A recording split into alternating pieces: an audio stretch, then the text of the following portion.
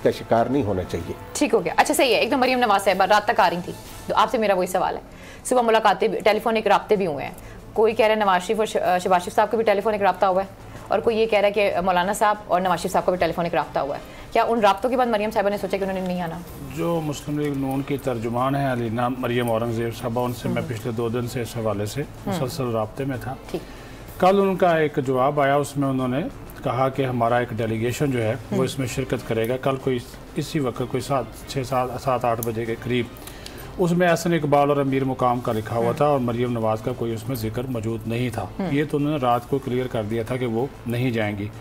अब वो सियासी धुंध की वजह से नहीं गई, ये बीमारी की वजह से नहीं गई, वो कुछ नहीं कहा जा सकता, लेकिन मेरे सोर्सेज के मुताबिक रायविंड में ही है, ठीक है, बीमार शुमार भी नहीं, अल्लाह ताला उनको सेहत दे।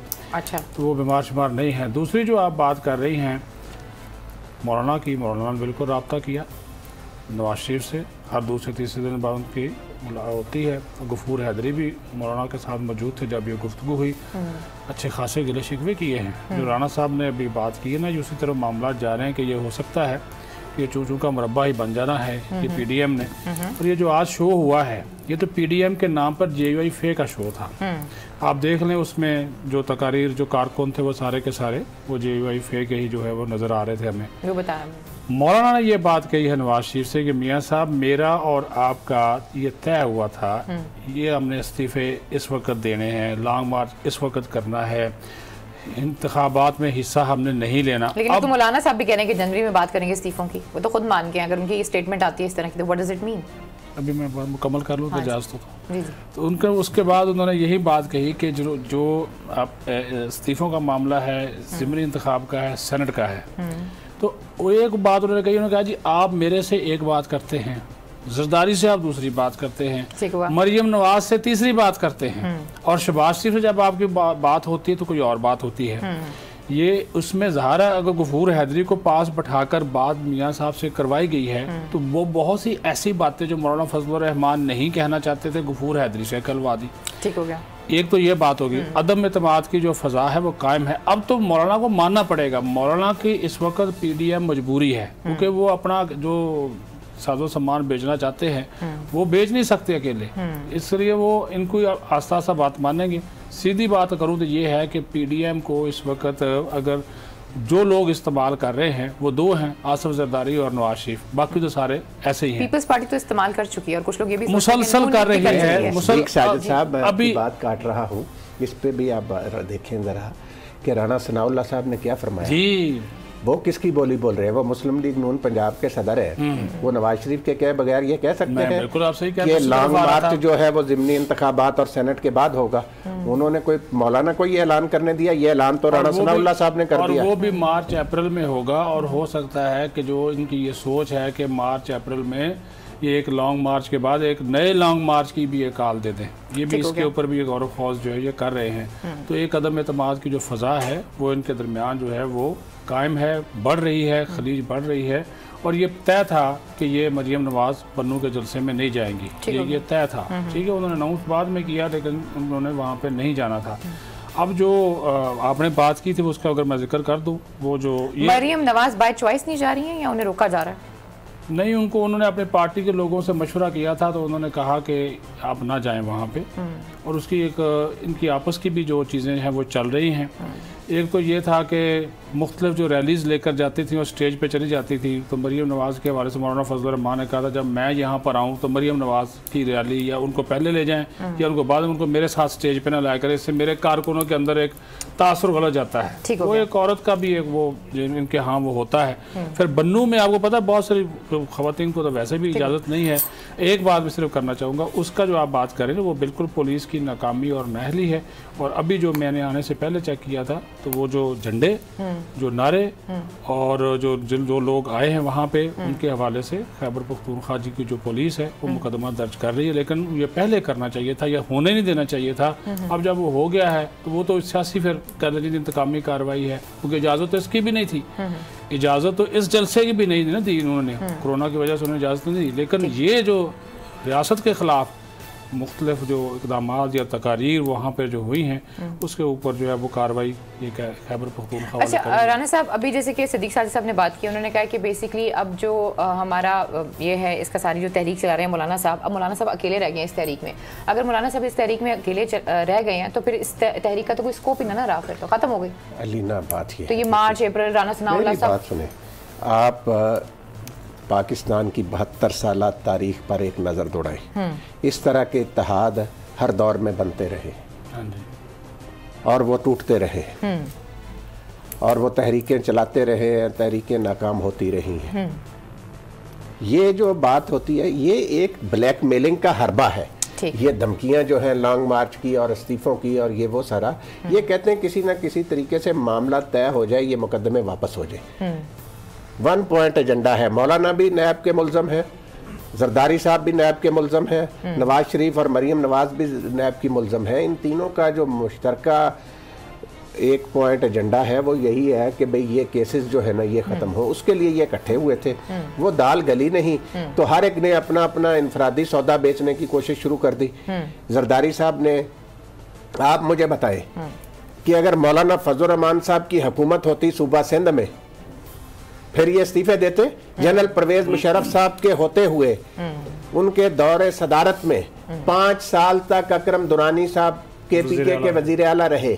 उस वक्त उन्होंने इस्तीफे दे दिए कि जी हम ये तो जी हुक्मरान है, हम इस्तीफे दे देते हैं। हमने किसने मंजूर करवाया था, आपको याद होगा? 70वीं तरमीम किसने मंजूर करवाई थी? मौलाना फजल रहमान साहब ने। और पीपल्स पार्टी की कौमी असम्बली में अक्सरियत के बावजूद मौलाना फजल रहमान साहब को अपोजिशन लीडर बनाया गया। वो किस समझौते के तहत बनाया गया? तो ये चीजें जो है ना, लेकिन जरदारी, अब देखें यहाँ है मुकाबला कि कौन ज्यादा चालाकी से PDM को इस्तेमाल करता है। अब PDM वैसे है जिसको इस्तेमाल किया जाता है, खत्म हो गया। कर रहे हैं ना अपने देखें, हर कोई है और हर कोई उसको अपने। आप देखें ये 3 बंदे जो है ना ये बड़े शातिर लोग हैं, आसिफ जरदारी, नवाज शरीफ साहब और मौलाना फजल रहमान साहब। ठीक हो गया। अब देखना ये है कि इनमें से कौन 2 को अपने साथियों को मात दे के PDM को अपने लिए इस्तेमाल कर जाता है। अच्छा, आज PDM पे बहुत ज़्यादा तनकीद की जाती है उसके बयानिए के हवाले से, वो बनती भी है तनकीद, लेकिन बहुत से लोग ये समझते हैं कि काजी हुसैन साहब मरहूम जो तहरीक चला रहे थे उसका भी यही बयानिया था और उसमें बेसिकली नवाज शरीफ साहब भी थे, काजी हुसैन साहब भी थे और इमरान खान साहब भी बैठे हुए थे। मैंने कुछ देखी भी हैं उसके क्लिप्स। तो आज जिस बयानिए की इमरान खान साहब तनकीद कर रहे हैं, इसी बयानिए के साथ वो काजी हुसैन साहब की तहरीक में क्यों शामिल थे? वो इसलिए काजी साहब की बात जो है ना जी उसके में और इसमें कतई तौर पर कोई ममासलत नहीं। अच्छा, सही। काजी साहब की तहरीक थी हुकूमत के खिलाफ। हुकूमत के सरबराह थे जनरल परवेज मुशर्रफ साहब, इसलिए वो हुकूमत के खिलाफ तहरीक चलाने की बात करते थे। अल्लाह ताला उनकी मगफरत करे, काजी साहब का इनसे मवाजना नहीं किया जा सकता। काजी साहब बिलाशुबा एक नेक आदमी थे और वो इन दुनियावी मफादात से बाला होकर काम करते थे। उनके कोई अपने मफादात नहीं होते थे कि जिसके लिए, या उनके कोई नैब के केसेस नहीं होते थे जिनके लिए वो सौदेबाजी कर रहे होते थे। वो एक नेक सीरत आदमी थे, दरवेशमंद इंसान थे। जो भी उनकी अपनी सोच थी उसके तहत वो आगे बढ़ते थे, उनका एक नुक्ता नज़र था। लेकिन क्या ये हकीकत नहीं है कि मुत्तहिदा मजलिस अमल जो थी उसने जनरल परवेज मुशर्रफ साहब को वर्दी में एक्सेप्ट किया, सदर मुमलिकत तस्लीम किया और उसके लिए 70वीं तरमीम की। तो ये चीज़ें जो हैं असूल की बात करना। अच्छा। और देखिए मैं आपको बताऊं, इन्होंने पाकिस्तान के अवाम को, इन सियासतदानों ने अलीना क्या समझ रखा है कि वो इनके मुलाजम हैं, इनके गुलाम हैं, कि जब इनका दिल करे ये भुट्टो के खिलाफ तहरीक चलाना शुरू कर दें, जब इनका दिल चले ये ज़िया-उल हक के खिलाफ तहरीक चलाना शुरू कर दें, जब इनका दिल करे ये इमरान खान के खिलाफ लोगों को ले आए, और जब ये इनका दिल करे ये एक दूसरे के खिलाफ हो जाएं, जब इनका दिल करे ये एक दूसरे के गुन गाने शुरू कर दें। क्या कुछ नहीं किया इन लोगों ने? क्या पाकिस्तान के अवाम को ये इकट्ठा करके, हजारों की तादाद में लोगों को इकट्ठा करके जिस किस्म की तकरीरें एक दूसरे के खिलाफ करते हैं, अब लोगों के सामने इनके असल चेहरे आ गए। लोगों ने कहा ये सारा कुछ एक ही है मकसद, ठीक हो गया, दौलत दौलत दौलत। اور اس کے لیے یہ عوام کو استعمال کرتے ہیں. یہ تحریک ہے کوئی تحریک؟ آپ دیکھیں 77 کی تحریک جو تھی نظام مصطفیٰ کی تحریک تھی, اس میں عوام اپنی اس لیڈرشپ پر اعتماد کرتے ہوئے سڑکوں پر آئے تھے. کوئی ان کو بسوں میں بھر کر نہیں لاتا تھا, خود آتے تھے, بیل گاڑیوں میں آتے تھے, ٹریکٹر ٹرالیوں میں آتے تھے. اس سے پہلے بھٹو نے جب تحریک چلائی تھی ایوب خان کے دور میں, اس میں عوام خود آئے تھے. یہ جو ہے یہ تحریک, یہ کوئی تحریک ہے کہ لوگوں کو اکٹھا کرتے ہیں پھر کہتے ہیں حمزہ شہباز نے نہیں بندے آنے بہت سے دیے, لوگ سمجھتے ہیں یہ نہیں تحریک جو ہے وہ اس لیے تحریک نہیں بن پا رہی ہے کیونکہ گورنمنٹ کی طرف سے بھی کہیں نہ کہیں جو چیزیں ہیں نا وہ سامنے آ رہی ہیں, مسالیاتی چیزیں سامنے آ رہی ہیں, اور اس میں یہ بھی کہا جا رہا ہے کہ مریم نواز صاحبہ جو ہیں وہ ہو سکتا ہے اگلے سال اس ملک میں ہی نہ ہو. اچھا جی, میں آپ سے سوال کر رہی ہوں, آپ رپورٹر ہیں, میں نہیں ہوں, میرا کام سوال کرنا ہے, جواب دیں اگر ہے تو, اگر ہے تو بڑا تردید کر دیں. نہیں تردید تو نہیں کرتا, لیکن اچھا نہیں کرتے, نہیں کرتا, میں اس وجہ سے نہیں کہ دیکھیں اگر ایسا ہو گیا تو پھر میں کلپ چلاؤں گی, چلائیے گا, چلے صحیح, ٹھیک ہے. اگر وہ چلی گئی اس ملک میں, اس ملک سے چلی گئی تو پھر تو نون لیگ کی سیاست مکمل طور پر فارغ ہے. میاں صاحب تو آلریڈی فارغ ہو چکے ہیں, وہ تو مکہ بھی جائیں گے, مدینہ بھی جائیں گے. ایک اور بڑی خبر ہے صدیق ساجد صاحب, سوری آپ کی بات کاٹ کے میں بھول نہ جاؤں, مجھے ایک بندے نے بتایا, پتہ نہیں یہ بات کس حد تک صحیح ہے, لیکن یہ افواہ ہے لندن میں کہ نواز شریف صاحب جو ہیں وہ انویسٹمنٹ ویزا کے حصول کے لیے کوشاں ہیں. یہ افواہ نہیں ہے, یہ آپ کی خبر ٹھیک ہے, تو وہ بڑا ان کے لیے آسان ہوگی. اس کے بعد وہ انویسٹمنٹ ویزے کے اگلے مرحلے میں 40 مہینے وہاں پہ رہ سکتے, وہ تو میڈیکل گراؤنڈ پہ بھی لے سکتے ہیں اپنا, انویسٹمنٹ ویزا 20 لاکھ پاؤنڈ پتہ نہیں کتنے کی انویسٹمنٹ کے, اور کوئی کہہ رہا تھا شاید ان کے پاس ریڈ پاسپورٹ ہے تو اس کا بھی اتنا رولا نہیں ہے. قطر نے بھی آفر کر دی ہے, قطر نے بھی, سعودی عرب نے کر دی ہے, امریکہ نے آفر کر دی ہے. وہاں پہ میں آپ کو بتاؤں حسین نواز کا جو گھر ہے نا ایک خلیجی ملک میں, وہاں پہ صفائیاں بھی ہو رہی ہیں سعودی عرب, ٹھیک ہے, لیکن یہ چکر کیا چلے گا. چلو میں یہ بھی بتا دیتا ہوں کہ میاں نواز شریف کا جو سٹاف ہے وہ سعودی عرب میں موجود ہے,